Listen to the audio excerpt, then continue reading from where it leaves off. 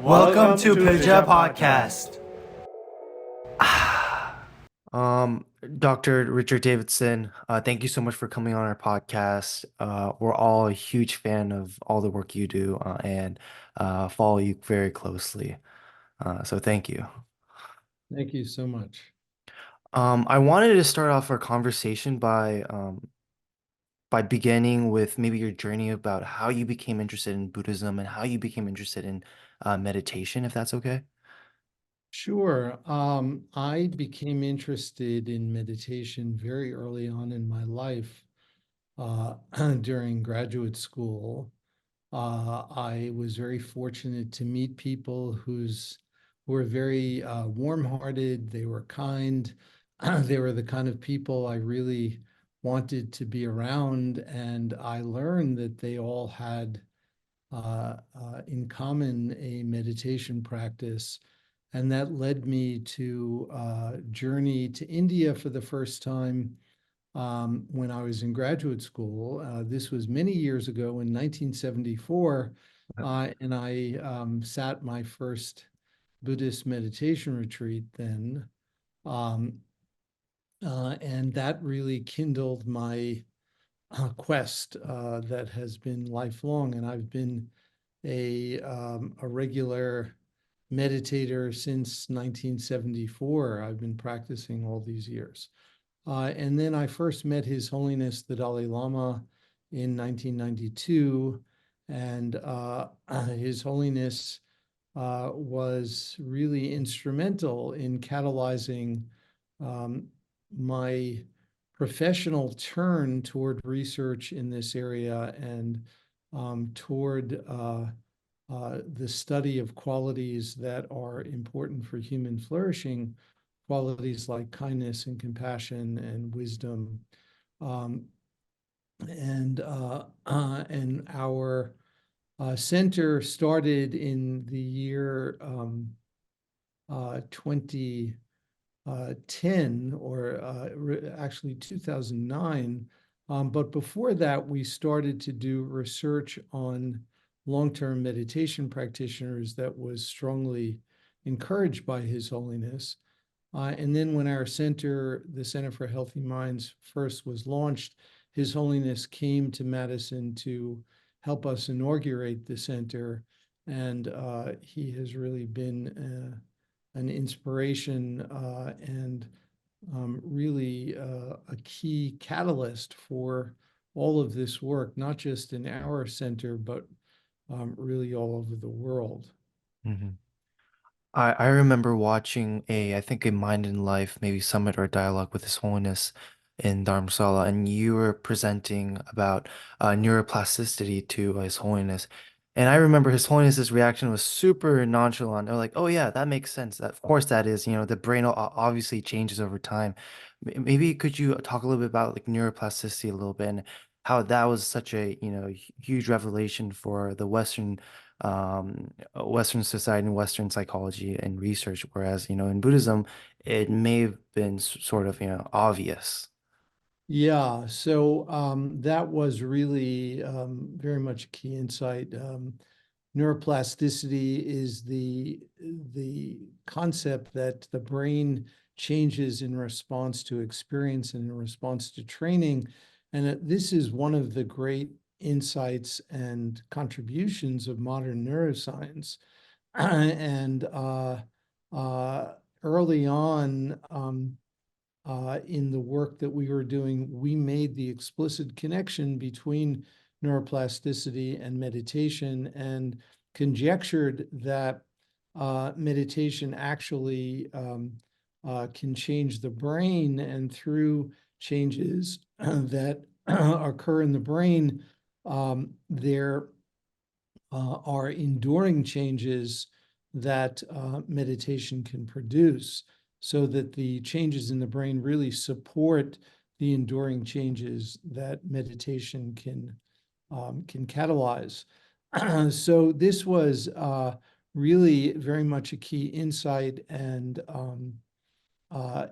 was at the root of the early studies that we did searching for markers of neuroplasticity and searching for evidence that the brain actually does change in response to meditation. Hmm. And if you could dive a little deeper into these changes, what sort of markers were there or effects on the brain from meditation or different types of meditation? Yeah, so the different types is really a key issue. As anyone who even has casually um, studied Buddhism and other contemplative traditions, it's very apparent that there are many different forms of meditation, and those different forms of meditation do different things. Mm, Um, and so we, in our studies, found that awareness practices that engage attention, change certain specific networks in the brain that are associated with the voluntary control of attention, with executive function, that is goal-directed activity, um, and meditation that is focused on compassion changes an entirely different set of networks in the brain that are important in perspective taking and also in certain kinds of positive emotions. mm, And so these studies that took place in the early to mid 2000s were the first studies to really show that, first of all, the brain does change in response to meditation. And secondly, that different forms of meditation change the brain in different ways. Okay. And then, so for let's say awareness or mindfulness meditation, w- what are the you mentioned a little bit, what are the changes on the brain, but as well as other parts of the physical body? Are there other benefits, and as well as the experiential impacts of maybe, let's say, mindfulness meditation or compassion or based meditation?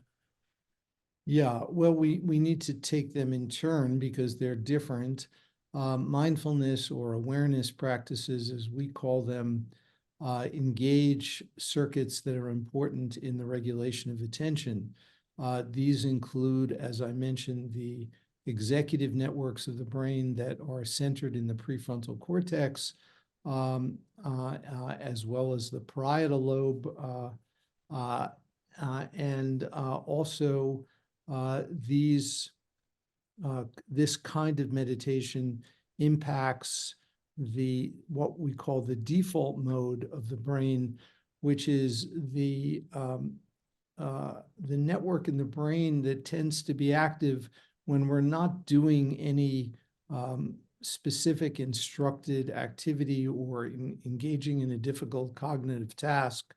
When we're simply resting, the default mode is engaged. And research shows that the connectivity between the default mode and the central executive network is altered by mindfulness meditation. Um, and these are all really important changes that help to explain some of the benefits of these kinds of practices. Compassion meditation, as I indicated, engages different networks. It engages networks that are important for perspective taking. These are one of these networks is centered on the what we call the temporoparietal junction, which is very important in empathy.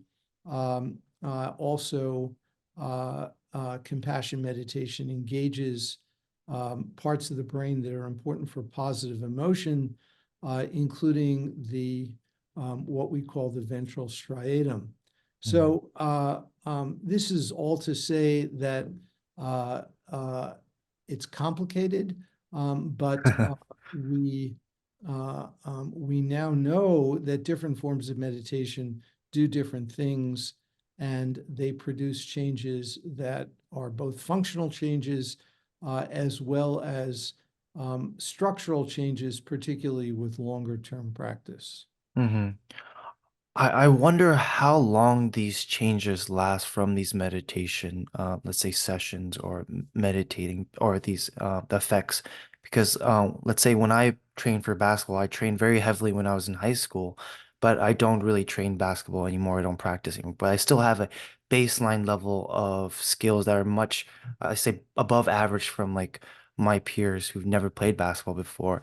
Is there some sort of like a baseline effect where of course, if you're meditating, like let's say on compassion constantly, perhaps these effects on the brain or experiential effects are much higher. But then when you stop meditating, they become lower, they decrease, but they're still higher than like you would before, you would say. Or Yeah, yeah. So you're asking a really great and important question, and to say it a little differently, or to reframe the question, you're asking whether continuous practice over some period of time essentially changes the baseline, so that the baseline is at a different level compared with earlier in one's history? And the answer is yes, that does occur.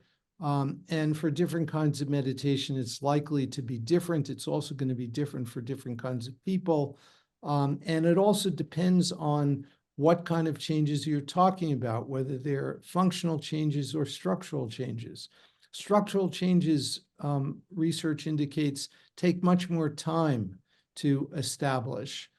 Functional changes can occur more quickly, but as a rule of thumb, and this is based on research that we reviewed in the book I wrote with Dan Goleman called Altered Traits, around 2,000 hours of practice cumulatively is a threshold at which we begin to see alterations in the baseline state.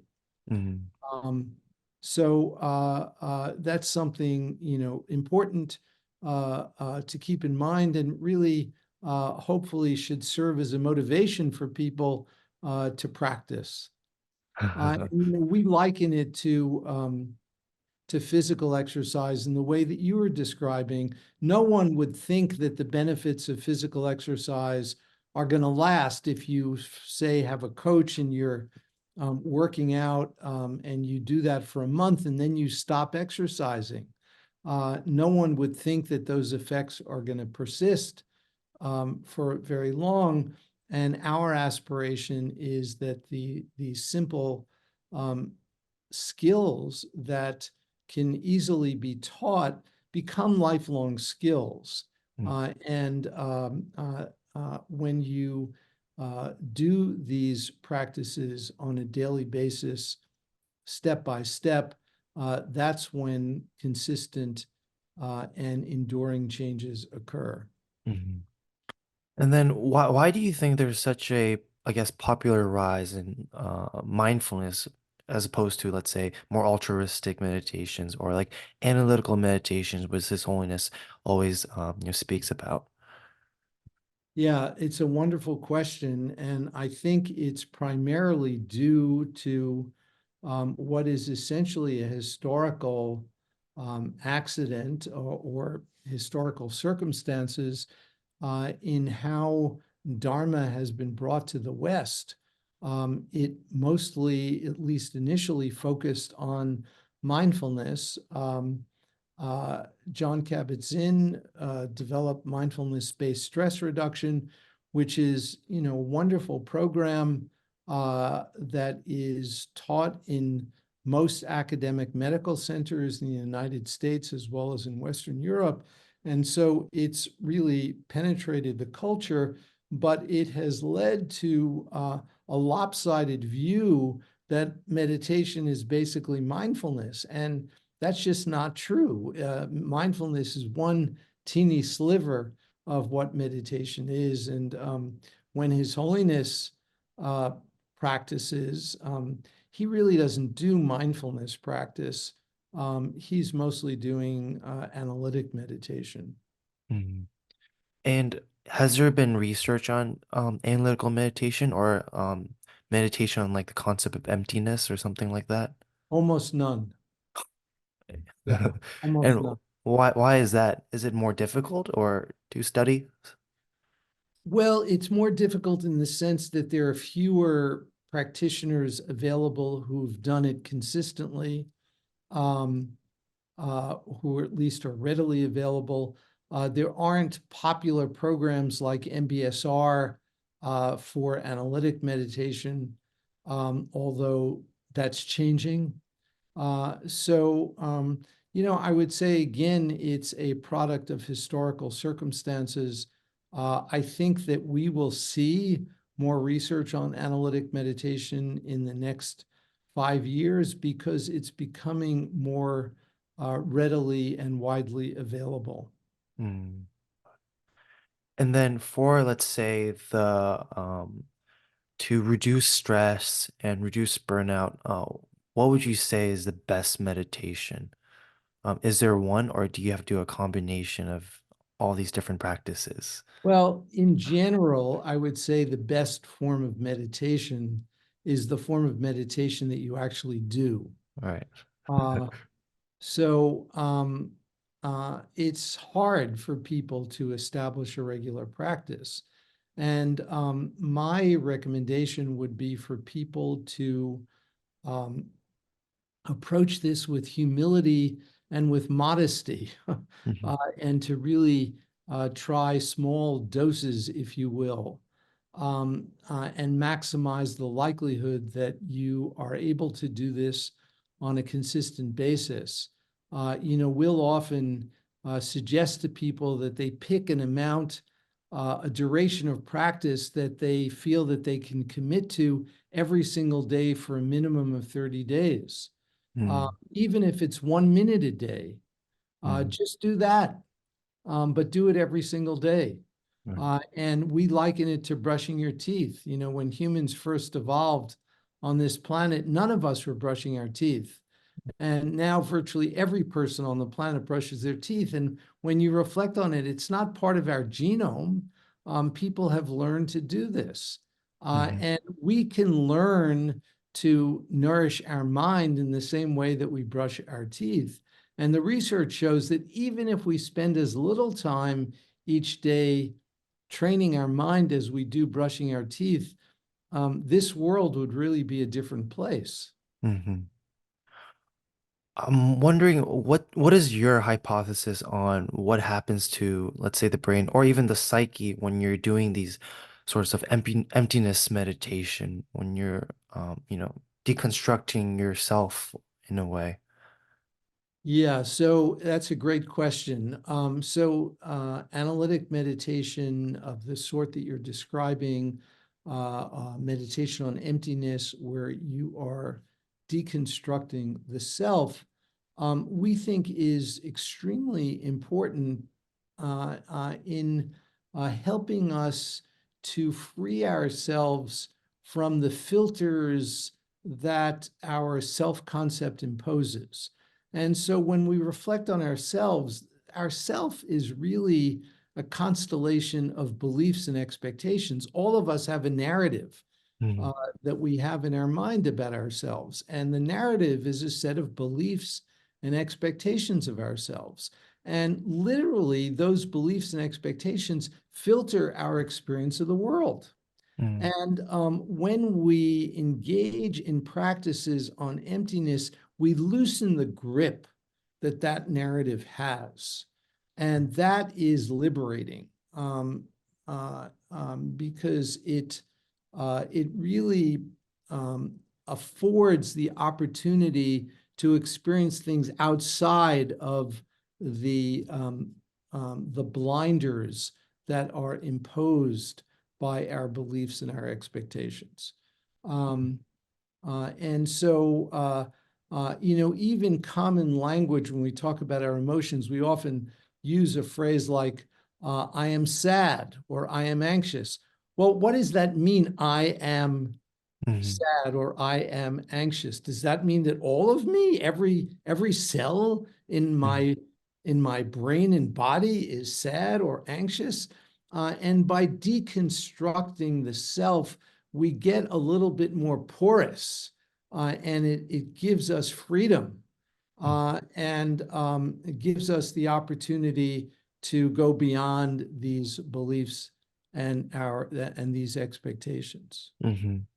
And then a similar question would be, what about these more esoteric meditations, these tantric meditations?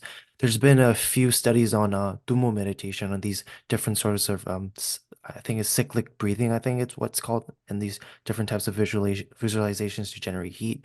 But other types of esoteric tantric meditations, what do you think those impacts would be?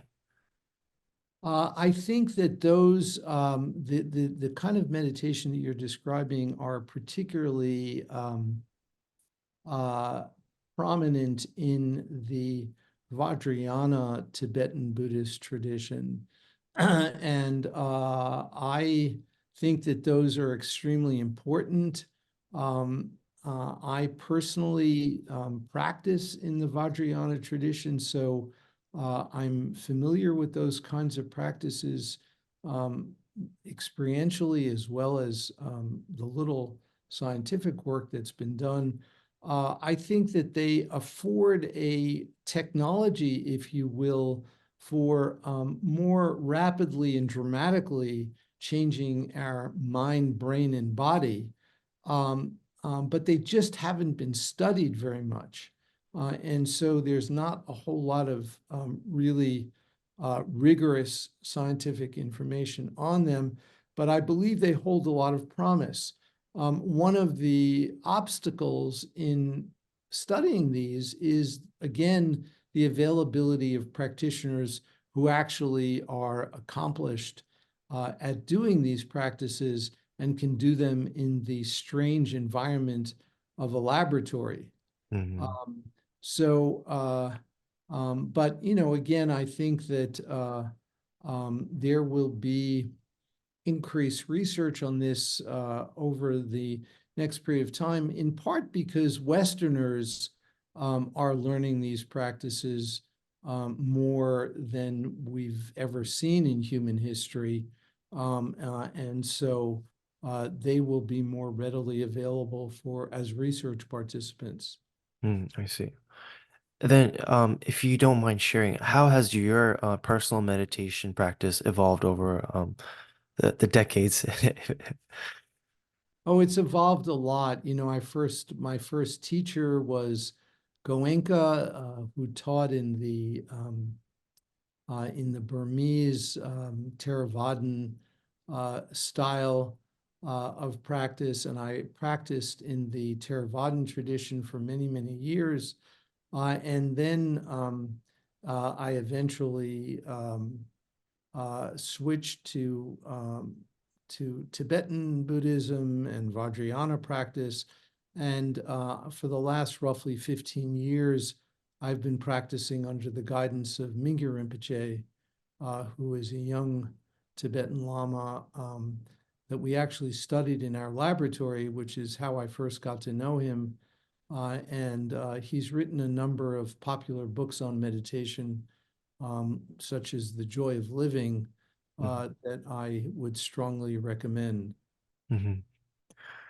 And then we've alluded to this, but what are like the future research areas or things that you would work on, or things that maybe our audience could work on in the future to, let's say, discover or bridge the gap between Western psychology and Buddhism? Well, I mean, there's still so much to be done.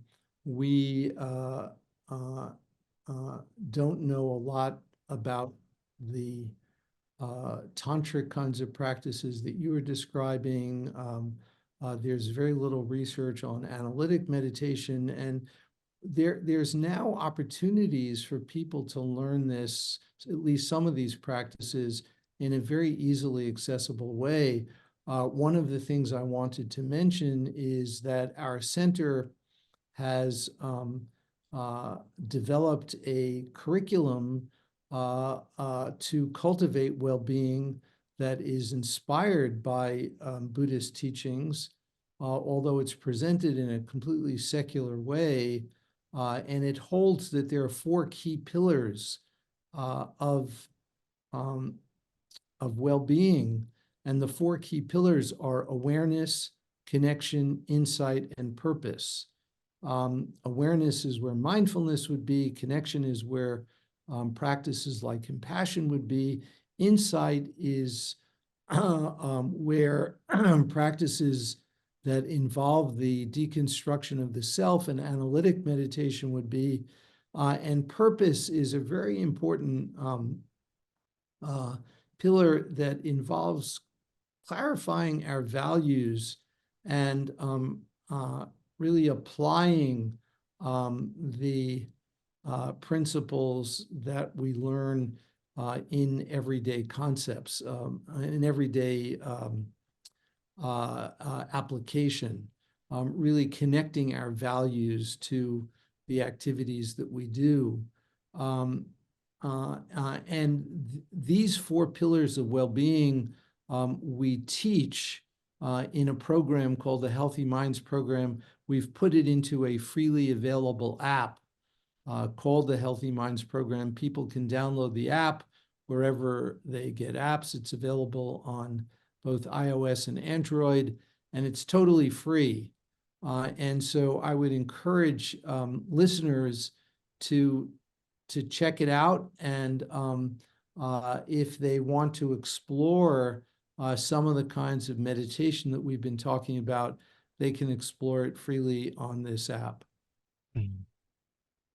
I remember in another podcast, when since we're talking about well-being, one thing that I struggle a lot with is burnout and sometimes low energy. Uh, in another podcast, you were walking through your busy schedule and how sometimes you have 10 hours of meetings a day, but then, because of a certain type of altruistic intention setting, that by the end of the day you still feel refreshed. Can you explain how that's possible? I would love to learn and, apply that. Yeah, I mean, I do that, almost every working day. I did it this morning. Um, it's a little practice that I do following my morning meditation. So after I sit, I will intentionally take out my calendar and review what I have going on that day and simply reflect on how I can be most beneficial to all the people I'm going to be meeting with. And that's really it. It's very simple, but doing it very intentionally and simply going through my day in this way from meeting to meeting doesn't take me more than 2 minutes. And it is true, I can go through very long days and still feel a lot of vitality at the end of the day. Mhm. Is it a certain visualization that you practice, or is this like a mantra, or what is?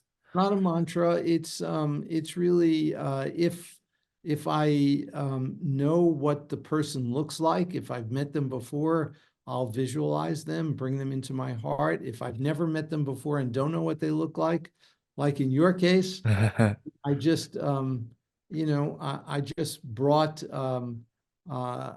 you into my mind and heart even though I couldn't visualize in any, clear way, but the intention was there to be of service.